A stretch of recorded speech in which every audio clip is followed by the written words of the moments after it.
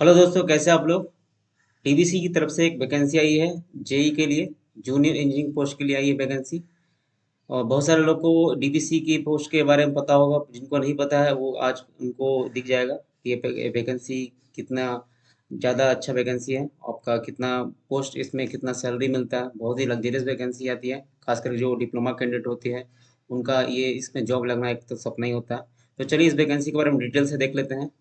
इसमें क्या क्राइटेरिया है, क्या आपका एप्लीकेशन डेट शुरू होगा, कब से ये आएगा। तो यहाँ पर 5-6 तारीख को, मतलब कल ही ये वैकेंसी आई है। तो जैसा कि उसके बाद आपको टेबल में दिया हुआ है junior engineering grade 2 mechanical electrical, आपका सीआई सिविल कम्युनिकेशन सर्वेयर के लिए वैकेंसी आई है। आपका मिनिमम एज होना चाहिए जो कि आपका 18 होना चाहिए, मैक्सिमम आपका 28 होना चाहिए टेक्निकल डिग्री के लिए। आपका मैकेनिकल में 16, इलेक्ट्रिकल में 20, आपका सीआई में 2, 20 आपका सिविल में है। और आपका सर्वेयर में 4 है। और सर्वेयर में आपका 2 साल एक्स्ट्रा एज भी आपको मिला है। उसमें भी आपका अगर एज क्राइटेरिया आपके एलिजिबल है तो इस फॉर्म को यहाँ पर आप भर सकते हैं। नेक्स्ट आप देख लेते हैं। और पे स्केल की बात करें तो 35,400 से 1,12,400 तक जा सकती है। लेवल 6 की वैकेंसी है। आप लोगों को अगर गवर्नमेंट सैलरी के बारे में पता होगा तो 35,400 अगर बेसिक है तो 50%, 47% आसपास अभी डीए चल रहा है। तो 35,400 का 17,000 तो ऐसे डीए हो जाता है। उसका बाद एच आर ए आपका 35 का 4% अगर 11% भी एच आर ए लेके चलें कम सबसे कम, तो आपका 3,500 से ऊपर आपका एच आर ए हो जाएगा। तो आपका 3,500 H R A plus 17,000 D A, तो आपका करीबन 60, 65, 65,000 के आसपास सैलरी ऐसे ही बन जाते हैं। बाकी अलाउंसेस को अगर छोड़ दें तो 65,000 सैलरी ऐसी बन जा रहा। अगर सभी मिला के चले तो करीबन आपका 75,000 ग्रोस आसपास सैलरी बनेगी। कट कुट के आपको कितना मिलेगी तो नहीं पता, लेकिन आपको 75 से ऊपर आपका सैलरी बनने वाली है इस वैकेंसी, अगर ये नौकरी आप लोग पाते हैं तो। और इसमें क्राइटेरिया क्या है, आपका एलिजिबिलिटी क्या चाहिए आप यहाँ पर देख सकते हैं। मैकेनिकल जो भी आपका ट्रेड है उसका 3 इयर्स फुल डिप्लोमा तो होना ही चाहिए। आपका 65% मार्क्स होना चाहिए ओवरऑल मिला करके, आपका फाइनल सेमेस्टर तक लेकर के 60% होना चाहिए। ST SC कैंडिडेट के लिए उनको 5% का छूट दिया गया है। और सभी मान्यता प्राप्त बोर्ड से ही पास होना चाहिए। कोई भी माइनिंग सर्वेयर में आपका matriculation with not less than matric में आपका 65% से ऊपर होना चाहिए, वो लोग भी भर सकते हैं। और सर्वेयर का सर्टिफिकेट होना चाहिए जो कि DGMS तरफ से अप्रूव होना चाहिए। DGMS का साइट आप लोग सर्च मारिएगा, खास करके ITA वाले कैंडिडेट को तो पता होगा DGMS क्या होता है। उसके बाद यहाँ पर देख लेते हैं the candidate who have taken lateral entry second year of 3 years course diploma also apply. वो लोग भी अप्लाई कर सकते हैं जो लेटरल की तरफ से एंट्री करते हैं डिप्लोमा में, जो 12th और आपका ITI के थ्रू डिप्लोमा में पढ़ते हैं। उन वो लोग भी अप्लाई कर सकते हैं। Equivalent diploma certificate holder not eligible. Equivalent certificate आपका एलिजिबल नहीं हो पाएगा। और बीटेक और BM Tech विदाउट विथ और without diploma is not allowed. आपके पास डिप्लोमा सर्टिफिकेट होना ही चाहिए, वरना बीटेक वाले लोग भी अप्लाई नहीं कर पाएंगे। Qualification required through distance mode will be not consider. Distance course का भी यहाँ पर क्लियर लिखा हुआ है, नहीं अप्लाई कर सकते, जबकि ऊपर में बताया था अप्लाई कर सकते हैं, यहाँ पर क्लियर नहीं किया जा सकता। तो junior engineering grade 2 minimum age of application should not less then 18 साल। आपका 18 ईयर से नीचे नहीं होना चाहिए और 28 ईयर से ज़्यादा नहीं होना चाहिए, जो कि ऊपर क्लियर लिखा हुआ था। एज रिलैक्सेशन आपका ST SC OBC आज पर गवर्नमेंट गाइडलाइंस के अनुसार, जो आपका 3 साल OBC के लिए, ST SC के लिए 5 साल जो मिलता है वही छूट इसमें भी मिलने वाला है, इसमें कोई दो राय नहीं है। तो आप लोग को यहाँ पर कोई भी डाउट नहीं होना चाहिए। आपका डिसेबिलिटी मिनिमम 40% चलेगा, उससे ज़्यादा अगर रहेगा तो शायद इसमें आप काम नहीं कर पाइएगा। जो कि मैंने आगे बताया है रिलैक्सेशन एज के बारे में, सेम वही है। तो आगे बढ़ते हैं हम लोग।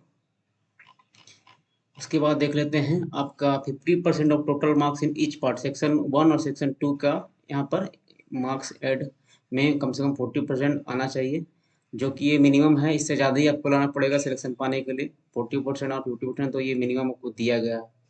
पार्ट 1 में जो होंगे एग्जाम, वहाँ पर जनरल एप्टीट्यूड टेस्ट होंगे और उन vocabulary, verbal comprehension, quantitative aptitude और रीजनिंग एबिलिटी, डाटा सफिशिएंसी और इंटरप्रेशन, न्यूमेरिकल एबिलिटी वगैरह का पार्ट 1 में आपका एग्जाम होगा। और पार्ट 2 में टेक्निकल नॉलेज, जो कि आपका जो भी ब्रांच है, इलेक्ट्रिकल, मैकेनिकल, सिविल जो भी है उसी से क्वेश्चन आएंगे। नेक्स्ट बात कर लेते हैं। ये सब उतना इम्पोर्टेंट नहीं, इसको आप पढ़ लीजिएगा। Candidate belong to general OBC EWS category require to pay non refundable application fee. 300 रुपये जब ये पे करेंगे तो आपको दोबारा पे, आपको नहीं मतलब वापस रिफंड नहीं आएंगे। एग्जाम होने के बाद भी अगर रद्द हो जाता है तो भी, अगर आपका फॉर्म रिजेक्ट हो जाता है तो भी आप इसके लिए क्लेम नहीं कर सकते। लास्ट डेट जो है पेमेंट का आपका 4/7/2024 को है। 4 जुलाई तक आप लास्ट पेमेंट फी कर सकते हैं। उसके बाद आपका पे स्केल, आपका पे मैट्रिक्स लेवल 6 पर है। आपको जैसे पहले मैं बता दिया है 70-75 है आपका ग्रोस के आसपास बनेगा सैलरी। ये है the bond of candidate belonging general OBC category 2 lakh rupees to 1 lakh rupees for candidate belonging to ST SC category. आप सर्टिफिकेट बनाए ही होंगे जो आपका आई सर्टिफिकेट वगैरह, जो कि जब ओबीसी सर्टिफिकेट बनाते हैं उस समय ज़रूरत पड़ता है, तो वहाँ पर इस चीज़ का ज़रूरत पड़ेगा। तो इस बीच में आपका अमाउंट होना चाहिए। ये आप लोग को जब सर्टिफिकेट बनाइएगा तो उसमें आप इसको कंसिडर कर लीजिएगा। उसके बाद यहाँ पर देखिए लिखा हुआ है gentle qualification should be from Indian university institute. जो भी आपका सर्टिफिकेट है वो भारत का कोई भी इंस्टीट्यूट से ही होना चाहिए। ये नहीं कि आप नेपाल से और भूटान से या श्रीलंका से आके करके आ गए हैं, ये आपका नहीं मान्यता मिलेगा यहाँ पर आपको। उसके बाद यहाँ पर मार्क्स को CGPA में ऐड करने का निकालने का तरीका दिया है, तो आप लोग को बताने की ज़रूरत नहीं है, आप लोग को पता होगा। उसके बाद बात कर लेते हैं ऑनलाइन एप्लीकेशन फॉर्म का। डेट ऑफ बर्थ आपका 10th का मार्कशीट सर्टिफिकेट से भी आपका चल जाएगा। वैलिड सर्टिफिकेट मार्कशीट आपका होना चाहिए 10th 12th और डिप्लोमा का, आपका सेमेस्टर वाइज। उसके बाद आपका ST SC OBC का सर्टिफिकेट होना चाहिए। PW अगर कैंडिडेट है तो उनको भी सर्टिफिकेट होना चाहिए। ये सब आप ऑनलाइन जब फॉर्म भरते समय ज़रूरत पड़ेंगे तो आप इसको स्कैन करके रख लीजिएगा, वरना फॉर्म भरते समय दिक्कत होगा। Course recent passport size colour photograph होना चाहिए, जबकि फॉर्म भरते समय हो सकता है ज़रूरत पड़े। आपको आइडेंटिटी प्रूफ एक लगेगा, इसमें से कोई भी एक देख लीजिएगा। Aadhaar card, PAN card, passport, driving licence वगैरह में से कुछ एक होना चाहिए। Closing date of online application cell भी 4/7/2024 को बंद हो जाएगा एप्लीकेशन फॉर्म। पेमेंट करने का भी दिन उसी दिन लास्ट डेट है। इस चीज़ को आप ध्यान रखिएगा। और फॉर्म आपका कल से भराना शुरू हो गया है, तो आप फॉर्म को जल्दी से जल्दी अप्लाई कर दीजिएगा, ताकि आप लोग बीच में साइट वगैरह दिक्कत भर डाउन हो जाए तो फिर आपको दिक्कत होंगी। आपका यहाँ पर शेयर करने के लिए देखिए यहाँ पर क्लियर लिखा हुआ 10 से 100 KB के बीच में आपका colour recent passport size photo होना चाहिए। तो ये आपको ध्यान रखना है 10 KB से 100 KB के बीच में। और आपका यहाँ पर सिग्नेचर भी आपका 10 KB से 50 KB के बीच में होना चाहिए। डेट ऑफ बर्थ प्रूफ आपका मैट्रिक बर्थ सर्टिफिकेट जो कि होना चाहिए आपका 1 MB से नीचे। आप उसको PDF या फिर PDF फॉर्मेट में आपको बनाना पड़ेगा। यहाँ पर लिखा हुआ PDF फॉर्मेट में बनाना है आपको। क्वालिफिकेशन सर्टिफिकेट सब 1 MB में आपको अटैच करके PDF फॉर्मेट में रख लीजिएगा, ताकि अपलोड फोटो फॉर्म भरते समय आपको अपलोड करना होगा। इसमें आपको ध्यान रखने वाली चीज़ें, पहले से सारा कुछ तैयार रख के ही फॉर्म भरना शुरू कीजिएगा, वरना टाइम लैप्स होने के बाद फिर से फॉर्म हट जाता है। तो इस चीज़ को आप ध्यान रखिएगा। यहाँ पर देखिए बोला गया following information document kept ready before applying online. तो जो मैंने ऊपर बताया है उस चीज़ को पहले से आप रेडी रखिएगा। ये बाद में लिखा हुआ, लेकिन मैं आपको पहले ही बता दिया, इस चीज़ को आप ध्यान रखिएगा।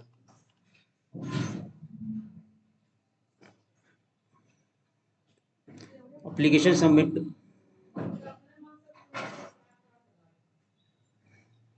सभी फॉर्म भरने वाले लोग को एप्लीकेशन यूनिक एप्लीकेशन नंबर मिलेंगे, तो आपको यहाँ पर कोई दिक्कत नहीं होगा। वो हमेशा सभी एग्जाम फॉर्म में होता है, तो ये कोई बताने वाली चीज़ नहीं है। 5/6/2024 से लेकर आपका 4/7 के बीच तक ही आपका फॉर्म भराएगा। फॉर्म भरने के लिए आपका गवर्नमेंट DVC के साइट में जाना होगा। DVC में जाइएगा, करियर में जाइएगा, रिक्रूटमेंट जाइएगा, रिक्वायरमेंट नोटिस में जाइएगा। उस बीच वहाँ पर आपको फॉर्म मिलेगा, उसको आप भर दीजिएगा। उसके बाद जैसा कि आपको डेट दिया गया है भरने का फॉर्म, उसी बीच में आपको अप्लाई कर देना है। और सिलेबस एग्जाम का जो ऊपर दिया गया है उसका डिटेल सिलेबस भी नीचे है, मैं दिखा देता हूँ आगे जा करके। आपका रिटन टेस्ट देखिए यहाँ पर admit card, website, date of written test CBT computer based test होगा यहाँ पर। तो इसके लिए आप रेडी रहिएगा। जिनका कंप्यूटर पे हाथ नहीं बैठा होगा वो आप मॉक टेस्ट बीच में लगाते रहिए, ताकि आपको वहाँ पर कोई दिक्कत ना हो। तो CBT मोड में एग्जाम होने वाले हैं, यहाँ पर आपको ध्यान रखने वाली चीज़ है। और इसके बाद यहाँ पर कुछ एक्स्ट्रा ऐसा कुछ बताने लायक है नहीं। तो आप लोग अच्छे से फॉर्म को भरिए, तैयारी कीजिए।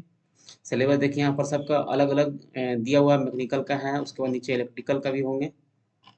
तो सभी आप लोग इसको देख लीजिएगा। पीडीएफ को कहाँ से मिलेगा, तो मैं आपको टेलीग्राम चैनल पर इसको डाल दूंगा, वहाँ से भी आप इसको डाउनलोड कर सकते हैं और डीवीसी का साइट पर भी डाउनलोड कर सकते हैं। तो आपको किसी तरह का दिक्कत नहीं होगा। सो इस फॉर्म को जरूर अप्लाई कीजिए। अगर कोई भी दिक्कत हो तो कमेंट करके पूछिए। सोशल मीडिया पर भी मुझे कॉन्टैक्ट कर सकते हैं। और इसी तरह का टेक्निकल फॉर्म, जीके का जानकारी पाने के लिए हमारे चैनल को सब्सक्राइब करके रखिए। तो थैंक यू, मिलते हैं नेक्स्ट वीडियो में। धन्यवाद।